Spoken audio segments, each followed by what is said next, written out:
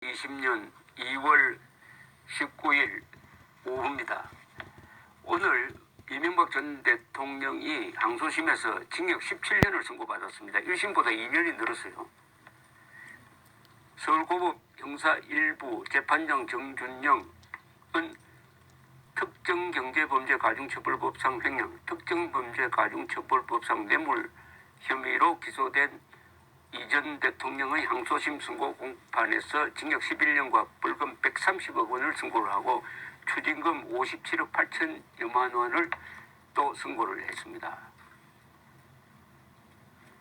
항소심 재판부는 1심 판단을 상당 부분 그대로 받아들였는데 2년이 추가된 예는 아주 드문 경우입니다. 보통 1심에서 2심으로 올라가면 2심에서 줄어드는데 어떻게 된 판인지 박근혜 전 대통령 경우에도 그렇고 이명박 전 대통령 경우에도 2심에서 형량이 늘어납니다.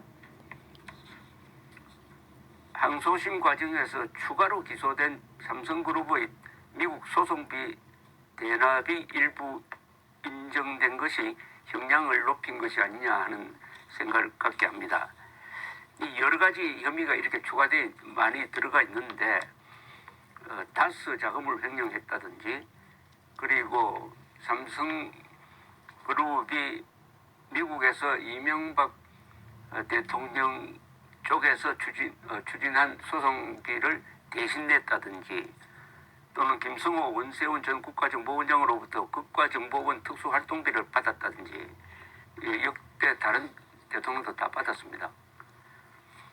자, 또 BBK 투자금 회수를 위한 미국 소송과 김재정 씨 명의의 차명재산 상속세 절감 방안에 공무원을 동원한 혐의 등등이 아주 여러 개 혐의가 덧붙여졌는데 일단 이 사건을 해석하는 데는 이 재판이 정치적 재판입니다.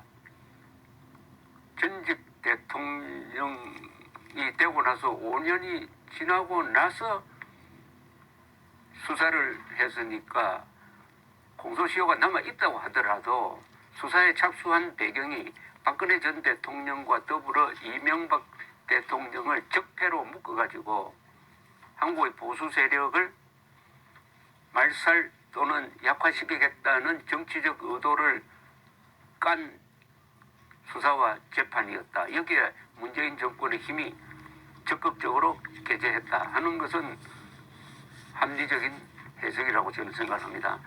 그래서 이 형량이 왜 이렇게 높으냐 는 것도 이 법리로 해석할 일이 아니라 이것은 정치적으로 해석하는 게 정확할 것입니다. 법리로라는 게 요사이 법관이 하는 걸 보면은 정치적으로 고무줄처럼 당겼다 놓았다가 하는 것을 여실히 보여주는 게 바로 월간조선 기사입니다. 월간조선 기사에 보면은 김대중 해외 비자금 관련 수사를 했던 국정원 간부들은 감옥에 가고 월간조선이 별도로 취재한 바에 의하면은 김대중, 김홍걸 해외 비자금 관련 1억 달러 수표는 실체를 확인했다. 그러면은 우리 국가기관이 뭘 조사를 해야 됩니까? 해외 비자금을 조사해야 되는 거 아닙니까? 그런데 해외 비자금을 더구나 이 해외 비자금 중에 1억 달러가 중국을 거쳐서 북한으로 들어가려는 정황이 포착돼 가지고 원세훈 국정원장이 조사에 착수를 했는데 그 조사한 사람이 감옥에 가고 이 해외 비자금에 대해서는 기자가 나와서 조사를 하기 전에는 검찰이나 국세청이 전혀 움직이지 않는다. 이런 분위기 속에서 박근혜, 이명박 두 대통령에 대한 재판이 진행되고 있다면 이게 공정한 재판이 이루어지겠습니까? 더구나 이게 공정하지 못하는 것다는 것을 형량을 보면 알아요. 이명박 전 대통령은 1941년생이니까 우리나라 나이로 80세입니다. 그러면 17년을 산다면 97세까지 살아야 됩니다. 우리나라 지금 평균 수명이 남자는 82, 3세인데 감옥에서 죽으라는 이야기죠. 박근혜 전 대통령 마찬가지입니다.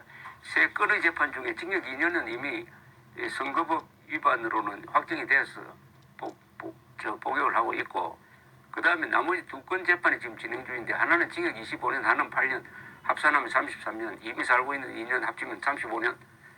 박근혜 전 대통령 나이가 68세니까 35를 더하면 100살 넘습니다. 그러니까 쉽게 말하면 지금 진행 중인 재판은 박근혜, 이명박은 감옥에서 죽어라. 감옥에서 죽어라 하는 재판입니다. 이명박 전 대통령에 대해서 징역 11년을 선고한 다음에 보석 취소까지 했어요. 그래서 다시 수감이 됐습니다. 이명박 전 대통령이 재판을 받다가 몸이 아파서 보석으로 나와서 집에 철저하게 연금 상태에 있었습니다. 외부 사람과 접촉이 안 되고 친족만 접촉할 수 있는, 바깥으로 전혀 나올 수도 없고. 그런데 또 구속 재판을 하겠다는 겁니다. 왜 구속 재판을 합니까? 형이 확정될 때까지는 지금 상태로 보석 상태로 놓아두어야죠. 이런 잔인한 재판입니다. 이거는 잔인한 선고고 잔인한 재판이고, 여기에 정치성이 보태져 있으니까 인민재판이라고 해도 할 말이 없을 겁니다. 상식에 반하는 재판입니다.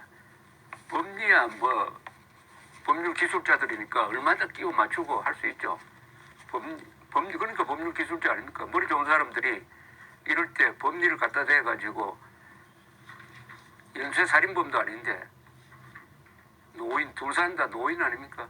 전직 대통령이고, 전직 대통령 재임 중에 국가를 지금 이 문재인 정권처럼 나라를 그냥 해체하고 김정은 정권에 나라를 갖다 바치려는 그런 반역을 저지른 사람들도 아니고, 나름대로 열심히 일했고 했는데도 이런 식으로 했다는 것은 이 판결 뒤에 있는 어떤 계급적 증오심을 느끼게 합니다.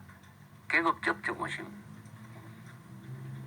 계급 투쟁론자들이 집권을 해가지고 계급적 증오심으로 이명박 박근혜를 계급의 적으로 본다 하는 것이, 이런, 더구나 여기에 이제 머리 좋은 법률 기술자들, 검사 판사가 동원이 돼가지고 이런 결과를 내놓았습니다. 그러니까 이 두 사람이 풀려나는 것도 정치적 변화가 있어야 될 것이라고 생각합니다. 많은 사람들이 총선 전에 사면될 것이다 이런 추측을 했는데, 그것은 문재인 정권의 속성을 잘 모르는 사람들입니다. 문재인 정권은 두 사람을 적폐로 몰아가지고 감옥에서 죽게 함으로써 대한민국의 주류 세력을 말살하려는, 정치적으로 말살을 하려는 그런 스케줄대로 하는데, 온정주의적으로 나가서 이런 사람들을 풀어가지고 표를 얻겠다는 계산을 하지 않습니다. 계급적 증오심이 얼마나 무서운지는 지금 북한에서 이루어지는 일을 보면 될 것 아닙니까? 계급적 증오심은 이렇습니다. 계급혁명을 위해서는, 자신들이 말하는 계급혁명을 위해서는 살인도 정당화된다. 아니, 오히려 살인이 권장된다.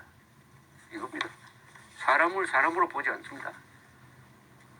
왜 사람들이 주어탕을 먹습니까?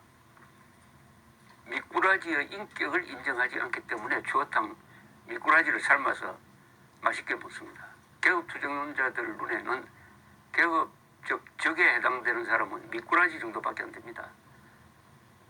그럼 미꾸라지를 죽인다고 사람들이 양심의 가책을 느끼지 않듯이, 계급투쟁론자들은 계급의 적을 말살하는데 양심의 가책을 느끼지 않는 것입니다.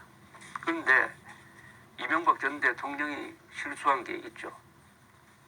이명박 전 대통령이 어떤 식으로 자신이 걸어온 길을 되돌아보고 있는지는 모르겠지만은, 이명박 대통령이 정권을 잡았을 때의 역사적 임무가 있었습니다.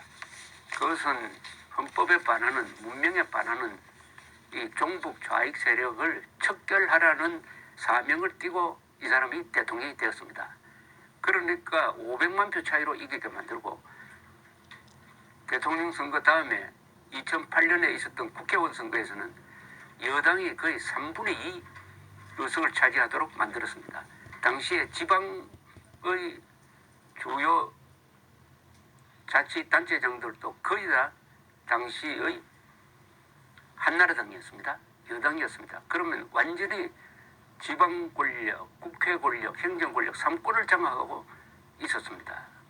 그런데 5월에 광우병 난동이 일어나니까 이명박 대통령이 겁을 먹고 그 난동하는 사람들에게 굴복하는 모습을 보여주고 말았습니다. 기가 꺾이고 말았습니다. 기가. 이때부터 뭐가 잘못되기 시작을 했습니다. 그리고 2009년에 노무현 전 대통령이 투신 자살을 하고 여기에 쏠리는 동정심이 정치적으로 이제 끝났던 친노 세력을 다시 키우게 되고, 그리고 2010년에 들어가면은 3월 26일 천안함 폭침이 일어나고, 천안함 폭침에 대해서 이명박 대통령이 진실 규명, 진상 규명은 잘 했지만은 정치적 대응이 늦어가지고, 정치적 대응이 늦었다는 것은 뭐냐 하면은 북한 지역을 보복으로 군사적으로 때려야 될 텐데 그것을 하지 않는 바람에 천안함 폭침이 북한 소행이 아니라는 사람이 30%나 되고, 그리고 2010년 11월에 천안함 폭침에 이어서 연평도를 포격을 해가지고 군인 2사람, 민간인 2사람, 4명이 죽었을 때도 이명박 대통령은 대응 공격을 하지 않았습니다. 이때 찬스를 놓쳤어요. 그때 만약 이명박 대통령이 종북 좌익 척결, 반역 세력 척결에 목숨을 걸었다고 하면은 지금 이런 신세가 되지 않았을 것입니다. 종북 좌익 세력과 전쟁을 지휘해야 할 사람이 이른바 중도 실용 노선을 가지고 나와가지고 타협적으로 가고 좌파들에게 잘 보이면은 뭐가 협조를 받을 것처럼 했지만은 지금 협조를 받은 게 바로 징역 17년으로 나왔습니다. 대한민국에서 대통령이 되는 것은 목숨을 거는 것이다 하는 역사적 맥락을 잘 이해하지 못했다. 또 찬스를 하나 놓친 게 있습니다. 이명박 대통령이 2009년 7월 폴란드를 방문하면서 유로뉴스와 인터뷰를 했는데 이런 이야기를 했어요. 지난 10년간 막대한 돈을 북한에 지원했으나 그 돈이 북한 사회의 개방을 돕는 데 사용되지 않고 핵무장하는 데 이용되었다는 의혹이 있다. 그리고 그 무렵 정부에서 흘린 자료에 의하면은 김대중 노무현 시절 금강산 개성관광 대가, 금강산 관광, 개성관광, 그리고 개성공단 임금 등으로 29억 달러가 현금으로 북한에 들어갔고 살, 비료, 경보급 원자재 등 현물로 전달한 규모는 40억 달러 합쳐서 약 70억 달러가 북한에 들어갔고 이게 로켓 핵무기 개발에 쓰여졌다 하는 판단을 이명박 정부가 하고 있었습니다. 아니 그렇다면 반역이 일어났다는 건데 북한의 핵 개발을 도운 간첩보다 더 무시무시한 간첩이 어디 있습니까? 그러면은 이명박 대통령은 군, 경찰, 검찰 합동수사본부를 만들어가지고 북한의 핵 개발을 도운 핵 간첩을 수사를 했었어야 되는 거 아닙니까? 마치 논평자처럼 이런 이야기하고 그냥 넘어가 버리고 말았습니다. 그때 만약 북한의 핵 개발을 도운 세력을, 그러니까 돕는다는 것은 정책으로 돕고 돈을 주어서 돕고 하는 거죠. 뿌리 뽑았다면은 아마 대한민국이 진로가 바뀌었을 겁니다. 천안함 폭침에 대해서 북한 지역을 폭격을 해가지고 준전시 상태가 조성되었다 하더라도 그 뒤에 한국의 진로가 바뀌었을 겁니다. 그것을 하지 않았습니다. 용감해야 될 때 비겁했습니다. 이명박 대통령은 용감해야 될 때, 또는 용감할 수 있는 뒷받침이 잘 되어 있는, 정치적 군사적으로 잘 되어 있는 상황에서 비겁하고 타협적으로 나가다가 결국 오늘 칼날을 잡게 되었다. 이렇게 보입니다. 미국에서는 1953년에 율리우스 로젠버그 부부를 간첩죄로 사형 집행을 했는데 이 사람들은 핵 개발, 핵 정보를, 핵폭탄 관련 기술 정보를 소련에 넘겼다.